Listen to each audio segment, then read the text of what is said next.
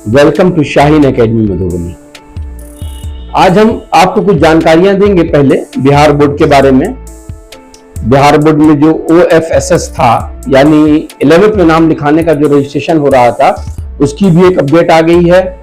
10th पास करने के बाद सरकार जो पैसा देती है उसके बारे में, 12th पास करने के बाद जो सरकार स्कॉलरशिप वगैरह देती है उसके बारे में भी आपको जानकारी देंगे और सुनाएंगे आपको एक छोटी सी इंटरेस्टिंग स्टोरी। लेकिन जब तक हम इन सबको प्रिपेयर कर रहे हैं, आप भी प्रिपेयर हो जाइए। यानी आप सब्सक्राइब कर लीजिए हमारे चैनल को, शेयर कर दीजिए, लाइक कर दीजिए, और भी कुछ जानकारी आपको चाहिए तो कमेंट्स में लिख दीजिए। और अगर पहले से सब्सक्राइब कर चुके हैं तो दूसरों को शेयर जरूर कीजिए। ठीक है, बात शुरू करते हैं। सबसे पहले OFSS। बिहार बोर्ड में जो बच्चे 10th पास किए हैं अभी, उनका 11th में जो ऑनलाइन रजिस्ट्रेशन है उसकी लास्ट डेट कल की थी, यानी 20 अप्रैल की। लेकिन अब ये डेट 6 दिन आगे बढ़ गई है। 26 अप्रैल तक आप अपना रजिस्ट्रेशन कर सकते हैं। ये पहली अपडेट थी कि जिन बच्चों का किसी वजह से छूट गया तो उनको 5-6 दिन का टाइम और मिल गया है। रजिस्ट्रेशन जरूर कर लीजिए, ब्रेक मत कीजिए, पीछे मत हटिए, हार मत मानिए, पढ़िए, हार मत मानिए। अभी 5 दिन का टाइम बाकी है। 11th के लिए अपना रजिस्ट्रेशन जरूर करें।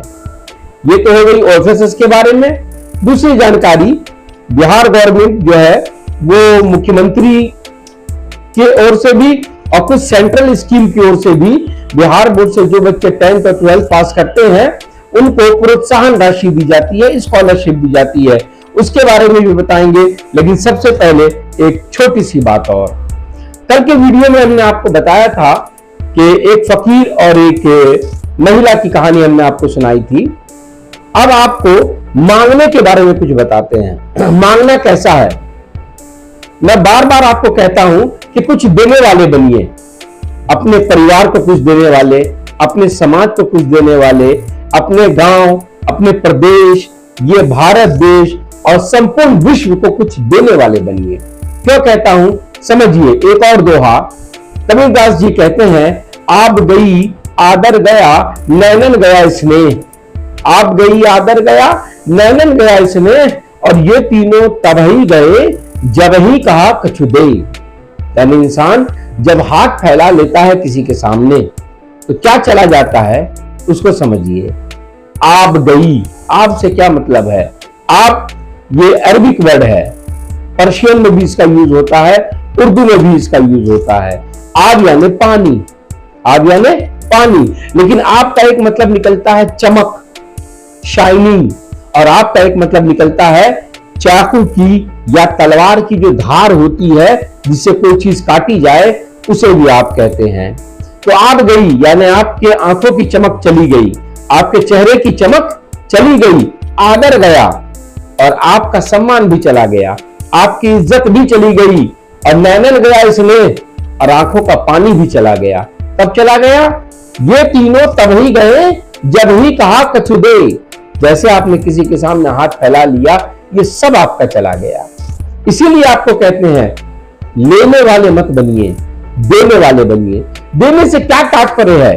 किसी को पैसा देना यही देना है, किसी को खाना दे देना यही देना है। हाँ, ये तो है ही देना, लेकिन किसी की जरूरत पे काम आ जाना ये भी देना है। कोई बीमार है उसका पुरसा कर लेना ये भी देना है। किसी के यहाँ कोई पास कर गया, डेथ कर गया, उसको जाकर ढारस बंधाना ये भी देना है। किसी को अच्छी एडवाइस देना ये भी देना है।